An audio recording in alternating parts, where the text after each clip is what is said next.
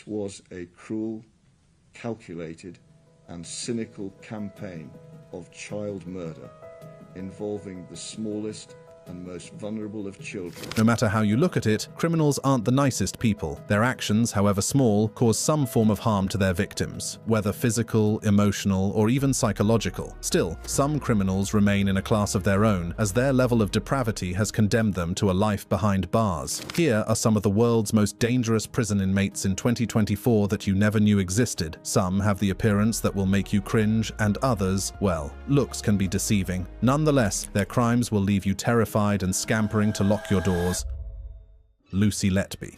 In a case that has shocked the world, nurse Lucy Letby has been convicted as one of the most prolific child killers in modern British history. Lucy Letby, a neonatal nurse from Chester, a city near Liverpool in the north of England, began her career at the Countess of Chester Hospital in 2011. Letby's job involved caring for a wide range of babies, requiring various levels of support. At first, her presence in the neonatal unit seemed like a beacon of hope for the vulnerable infants in her care. However, everything changed when Letby started working there. During her time as a neonatal nurse, there was a significant rise in the number of babies who were dying and experiencing serious catastrophic collapses. Concerns about the increasing number of deaths and collapses were raised by Dr. Ravi Jayaram, a senior doctor at Chester Hospital. Dr. Jayaram observed Letby's behavior and suspected that she might be involved in these tragic incidents. He brought his concerns to the attention of the hospital administration in 2015 and 2016, but his warnings were initially ignored. It was a devastating oversight that would have dire consequences for the innocent infants under Letby's care. As the number of deaths and collapses continued to rise,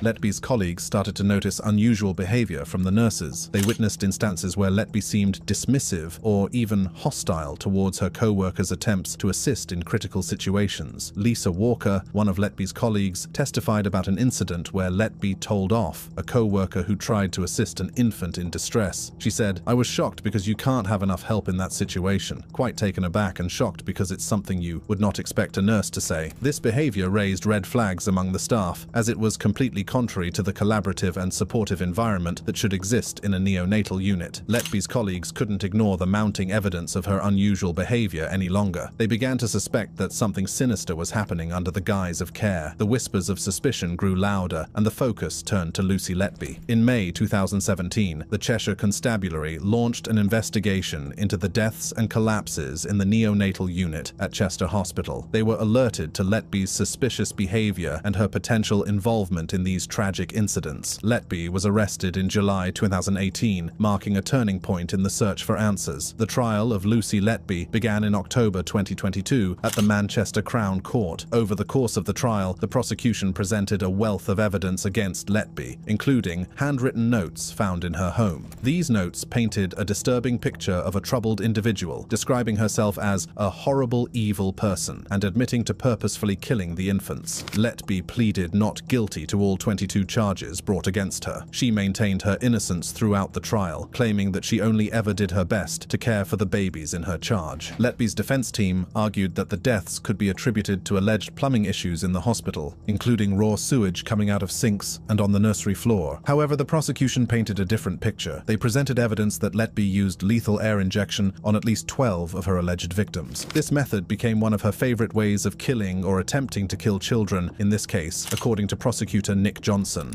"I sentence you to imprisonment for life. Because the seriousness of your offences is exceptionally high, I direct that the early release provisions do not apply." These are the words of the judge who finally sentenced Letby to life behind bars. The trial lasted for 10 months and involved complex medical evidence. Finally, on August 18, 2023, the jury reached a verdict. Lucy Letby was found guilty of 14 of the 22 charges brought against her. She was subsequently handed a whole life order on each and every offence. Charles Bronson.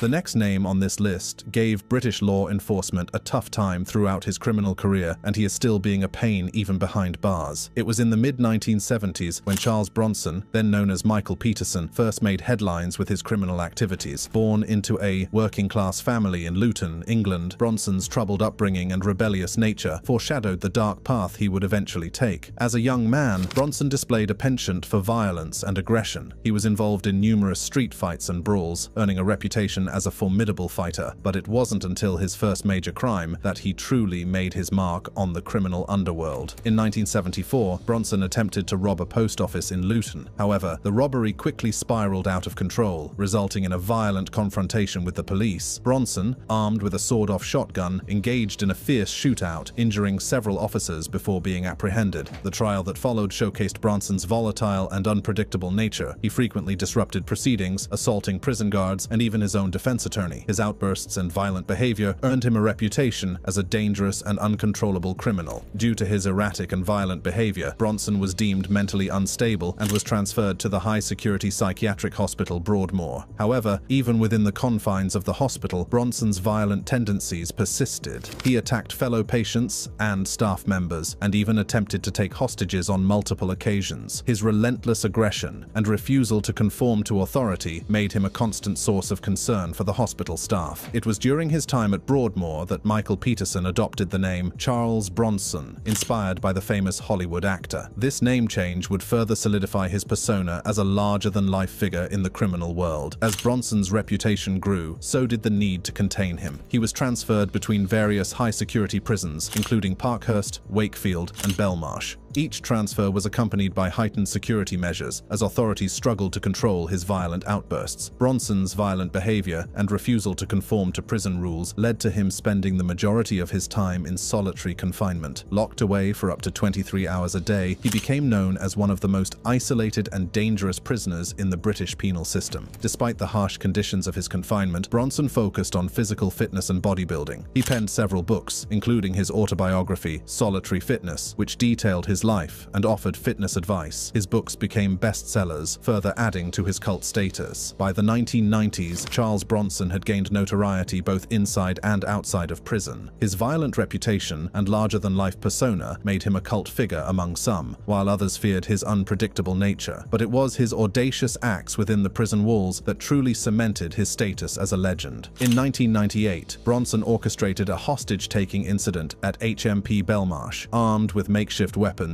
he took 2 fellow inmates hostage, demanding a helicopter to escape. The standoff lasted for several hours before authorities were able to regain control. This brazen act further solidified Bronson's reputation as a dangerous and unpredictable criminal. Throughout his time in prison, Bronson's violent behavior persisted. He engaged in numerous fights with fellow inmates and prison staff, leaving a trail of destruction in his wake. His reputation as a dangerous and unpredictable criminal only grew stronger with each passing year.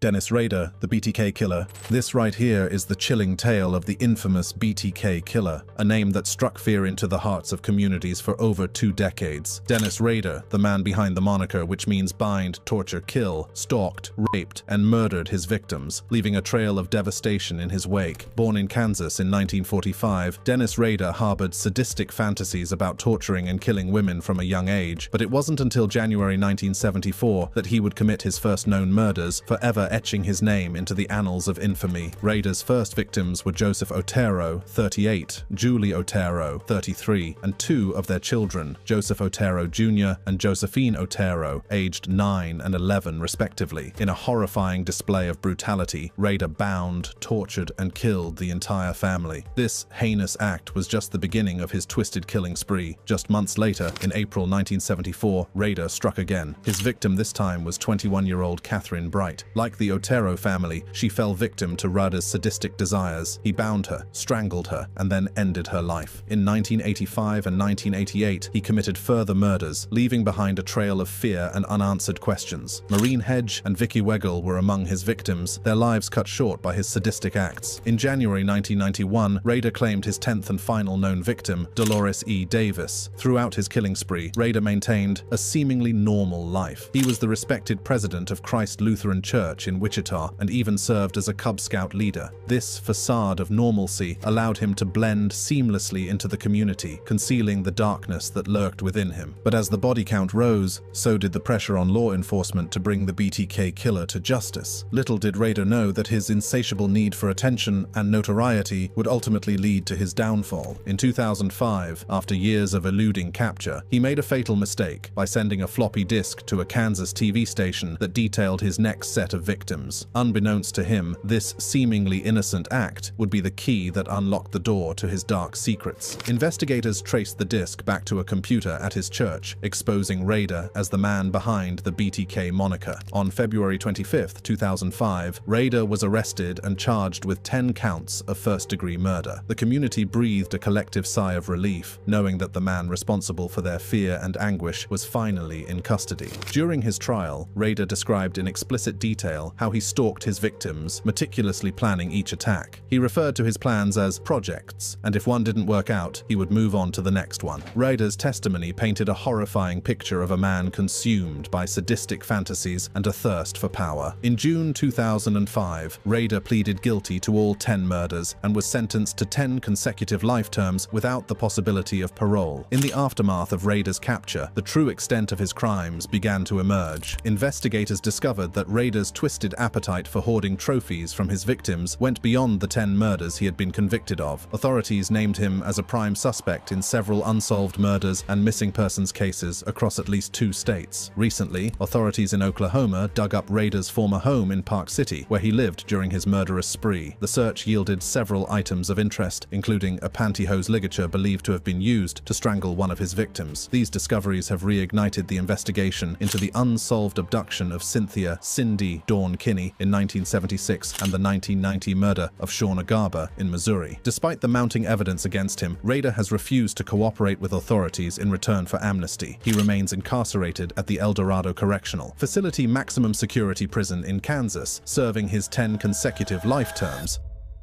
Jason Barnum.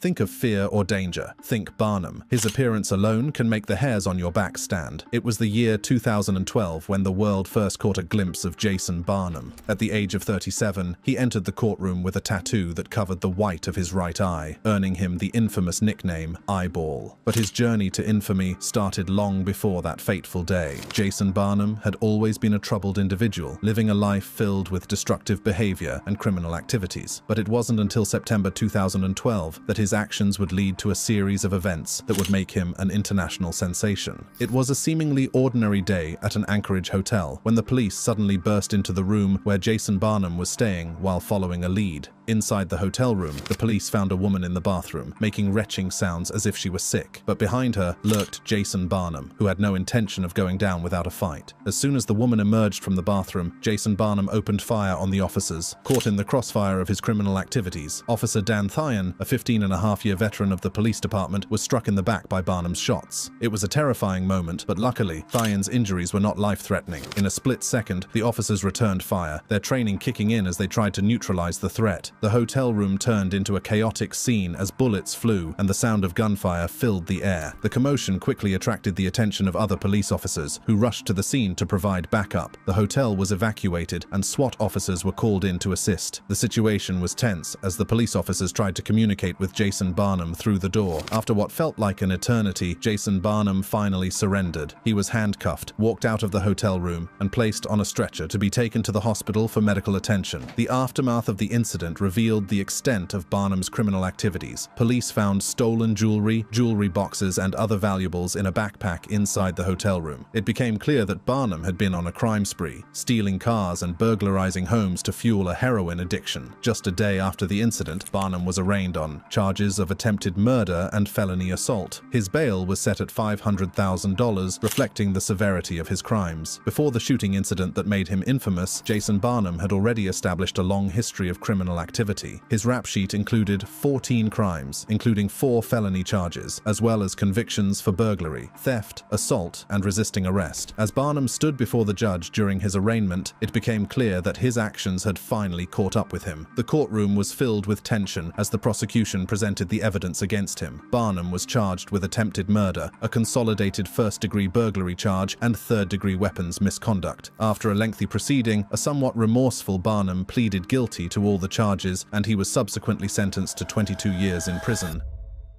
David Berkowitz. In the summer of 1976, the people of New York City became consumed with fear. A serial killer was on the loose, targeting young couples in parked cars. The city was paralyzed with terror as the body count continued to rise. Little did they know, the man responsible for these heinous crimes would soon be unmasked as David Berkowitz, a name that would go down in infamy. The reign of terror began on July 29, 1976, when David Berkowitz committed his first murder. Donna Lauria and Jody Valenti were sitting in a car outside Lauria's Bronx apartment when Berkowitz approached them. Without warning, he opened fire, killing Lauria and seriously injuring Valenti. It was a senseless act of violence that would set the stage for the horrors to come. Over the next year, Berkowitz continued his killing spree, targeting young couples throughout New York City. On October 23, 1976, he struck again, this time in Queens. Carl Denaro and Rosemary Keenan were sitting in a car when Berkowitz approached and fired multiple shots. Denaro was injured, but Keenan tragically lost her life. The son of Sam, as the media had dubbed him, seemed unstoppable. His attacks were random, his victims chosen at random. Panic spread like wildfire, with people afraid to go out at night, fearing they could be the next target of this elusive killer. The city is on high alert as the son of Sam continues to evade capture. The police were under immense pressure to catch the son of Sam and put an end to the reign of terror. But Berkowitz proved to be a cunning and elusive adversary. He left cryptic messages at the crime scenes, taunting the police and the public. One letter, addressed to journalist Jimmy Breslin, read, "I am deeply hurt by your calling me a woman hater. I am not, but I am a monster. I am the son of Sam. I am a little brat." The media frenzy surrounding the son of Sam only intensified as the body count continued to rise. The police were inundated with tips and leads, but Berkowitz remained one step ahead. It seemed like the city would never find respite from this nightmare. But then, a breakthrough came in the most unexpected way. On August 10, 1977, a parking ticket led the police to David Berkowitz's doorstep in Yonkers, New York. They arrested him without incident, and the son of Sam was finally in custody. The city breathed a collective sigh of relief as the news of Berkowitz's capture spread. The reign of terror had come to an end, but the scars left behind would never fully heal. After his arrest in 1977, David Berkowitz was sentenced to 6 consecutive life sentences. He was transferred to the Shawangunk Correctional Facility in Wallkill, New York, where he would spend the rest of his days.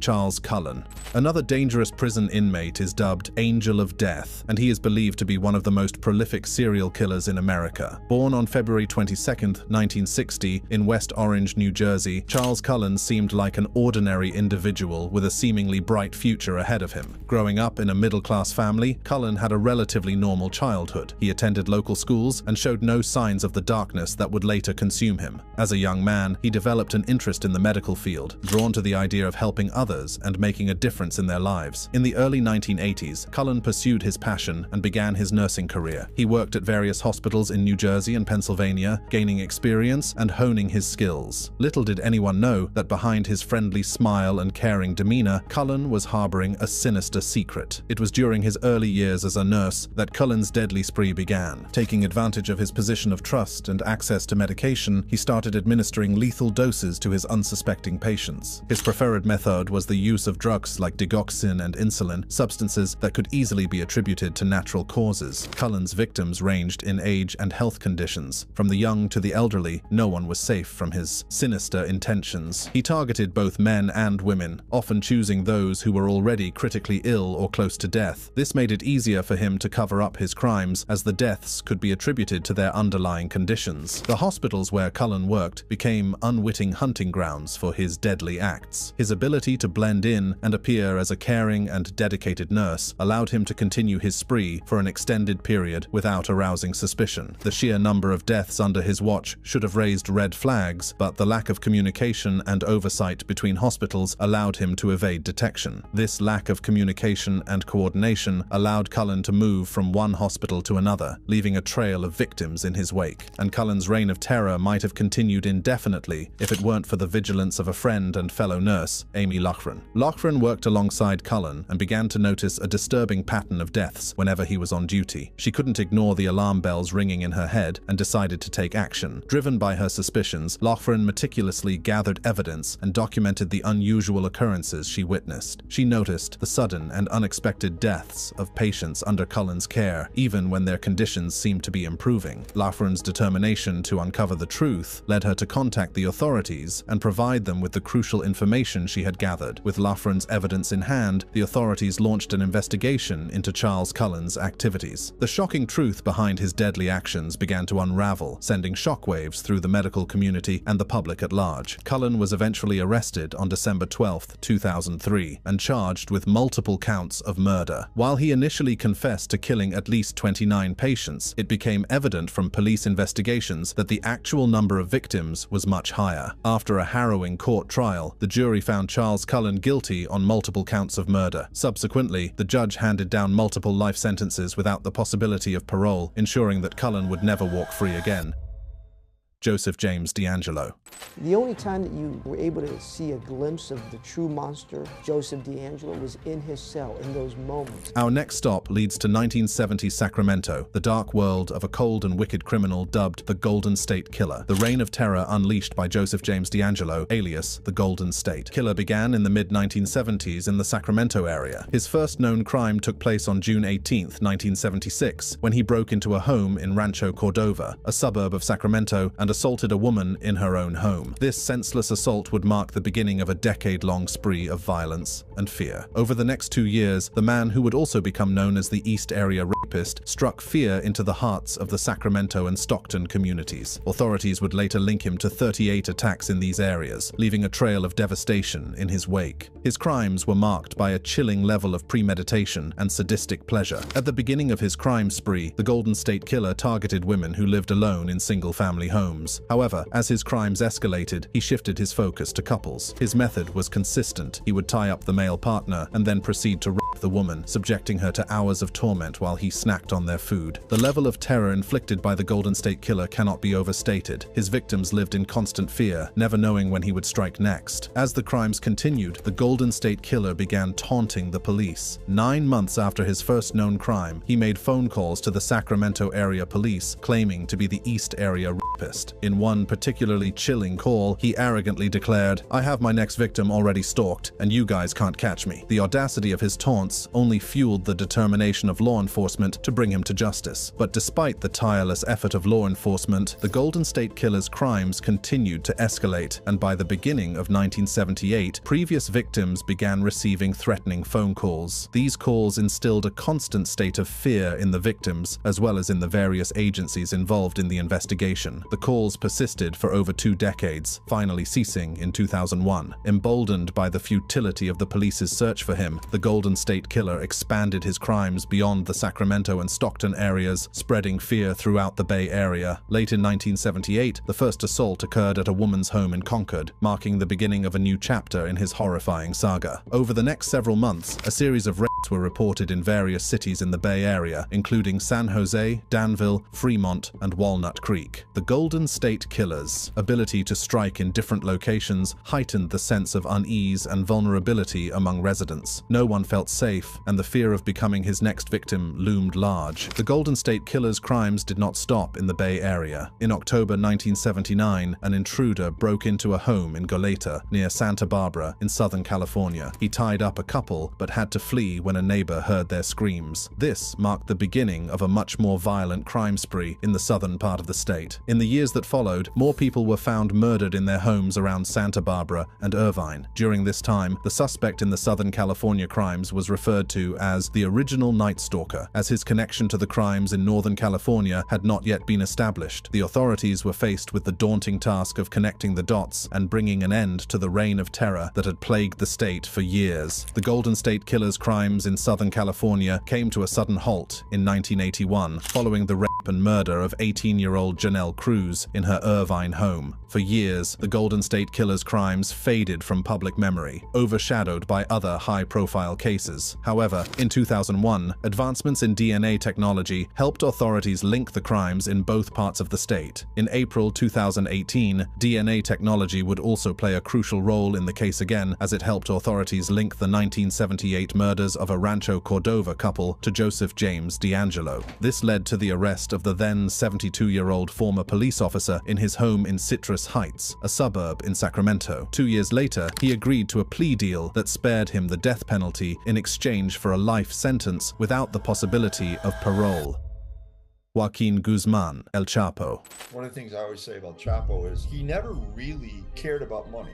It was always power for him. So his ability to control people, we know at one point he had about 40 to 50 million a month going out to pay corruption and bribes within the Mexican government. From a young age, El Chapo was exposed to the world of contraband and illicit activities. He began his journey in the drug trade by shuttling oranges to the market as a child, but he soon realized that there was more money to be made in the lucrative business of drug trafficking. With the help of his uncle, El Chapo transitioned from a small-time smuggler to a key player in the drug trade. He started by coordinating large shipments of marijuana, which he transported from Sinaloa State to the United States. This early success laid the groundwork for his future endeavors. El Chapo's rise to power was marked by his ability to innovate and adapt to the changing dynamics of the drug trade. He recognized the potential of cocaine as a highly profitable commodity and began coordinating large-scale shipments of the drug. This move catapulted him into the upper echelons of the criminal underworld. Under El Chapo's leadership, the Sinaloa cartel became one of the most powerful and influential criminal organizations in Mexico and beyond. Their operations spanned international drug trafficking, money laundering, and a range of other illicit activities. At the helm of the Sinaloa cartel, El Chapo dominated the global cocaine market, establishing a vast network of distribution channels that reached far and wide. The cartel's reach extended to nearly every major city in the United States and Latin America, solidifying their position as a major player in the drug trade. El Chapo's ability to co-opt public officials and corrupt law enforcement agencies allowed the Sinaloa cartel to operate with relative impunity. This level of influence and control over key institutions enabled the cartel to protect their operations and expand their reach. The vast wealth generated from drug trafficking required a sophisticated money laundering system, which the cartel developed to legitimize their illicit funds. One of the key factors that set the Sinaloa cartel apart was their ability to innovate and adapt to law enforcement efforts. El Chapo's use of tunnels to transport drugs across the US-Mexico border was just one example of their resourcefulness. These tunnels, some of which were equipped with lighting and ventilation systems, allowed the cartel to smuggle large quantities of drugs undetected. The sheer audacity and sophistication of these operations shocked law enforcement agencies and further enhanced the cartel's reputation. The impact of the Sinaloa cartel's criminal activities extended beyond the drug trade. Their operations fueled violence and instability in the regions where they operated. The cartel's ruthless tactics, including brutal acts of violence and intimidation, sent a clear message to their rivals and anyone who dared to challenge their dominance. This reign of terror allowed the cartel to maintain control over their territories and eliminate potential threats. Despite the efforts of law enforcement agencies, the Sinaloa cartel continued to thrive under El Chapo's leadership. His ability to evade capture for many years, coupled with the cartel's vast resources and network, made them a formidable force. However, in the early hours of February 22,